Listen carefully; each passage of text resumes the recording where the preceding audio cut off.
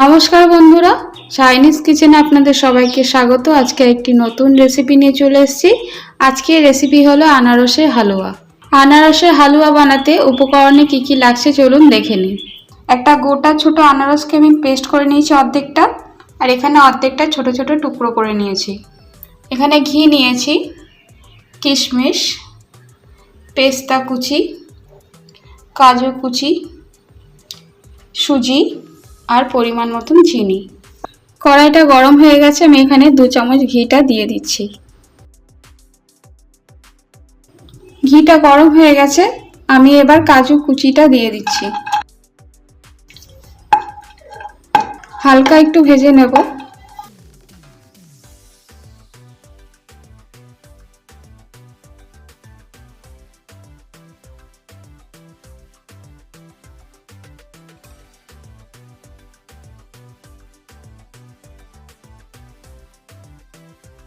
কাজুটা হালকা ভাজা হয়ে গেছে, আর পেস্তা কুচিটা দিয়ে দিচ্ছি।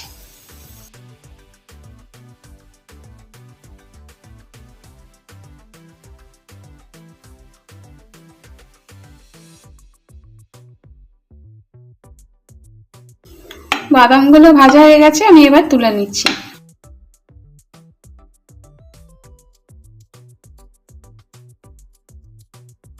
আমি আরেকটু ঘি দিয়ে দিচ্ছি, 2 চামচ মতন।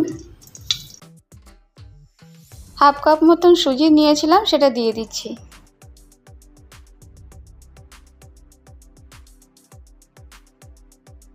সুজিটা একটু ভেজে নেব।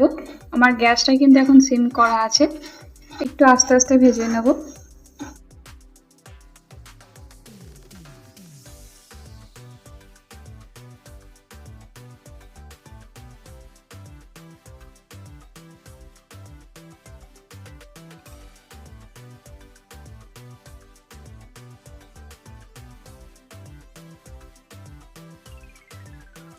সুজিটা আমার ভাজা হয়ে গেছে, আমি এবার নামিয়ে নেব। হালকা ব্রাউন কালার হলেই গ্যাসটা অফ করে দেবেন।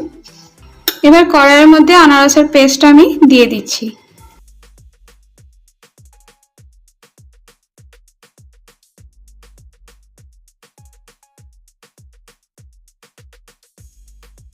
ছ চামচ মতন আমি পেস্টটা দিলাম।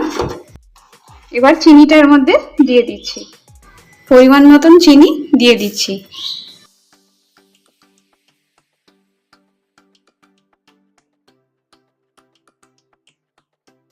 গ্যাসটা এর সময় আমি আস্তে রেখেছি, চিনিটা মেল্ট হবে।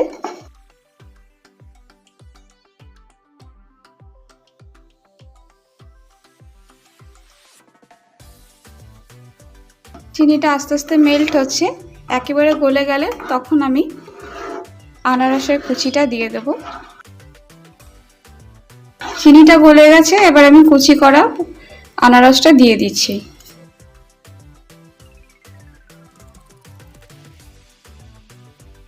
এই সময় গ্যাসের ফ্লেমটাকে একটু বাড়িয়ে দিচ্ছি।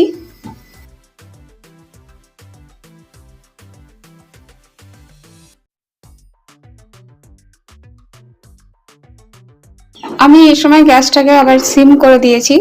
আনারসের টুকরোগুলো যতক্ষণ না গলে যাবে ততক্ষণ এটা আস্তে আস্তে একটু জাল দিতে হবে।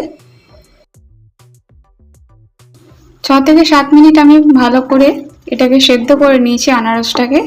এবার আমি সুজিটা দিয়ে দিচ্ছি।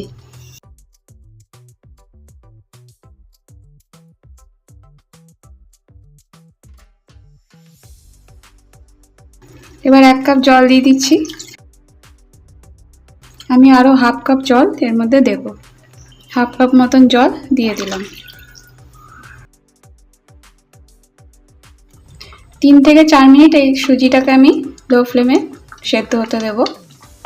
3-4 মিনিট হয়ে গেছে, এবার আমি ভেজে রাখা বাদামগুলো আর কিশমিশটাও দিয়ে দিচ্ছি।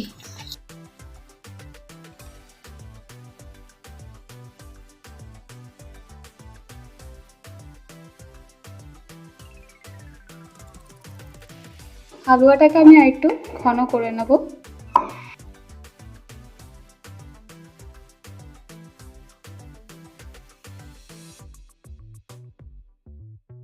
হালুয়াটা ঘন হয়ে গেছে, এই সময় আমি 1 চামচ ঘি দিয়ে দিচ্ছি। গ্যাসটা কিন্তু আমি অফ করে দিচ্ছি। হালুয়াটা আমার রেডি হয়ে গেছে, এবার একটু নাড়িয়ে নিচ্ছি।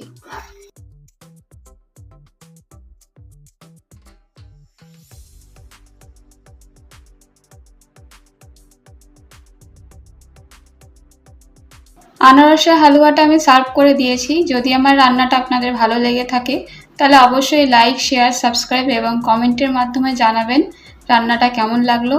আজকের মতন ভিডিওটা এখানেই শেষ করছি। আগামী দিন আবার নতুন ভিডিও নিয়ে আসবো।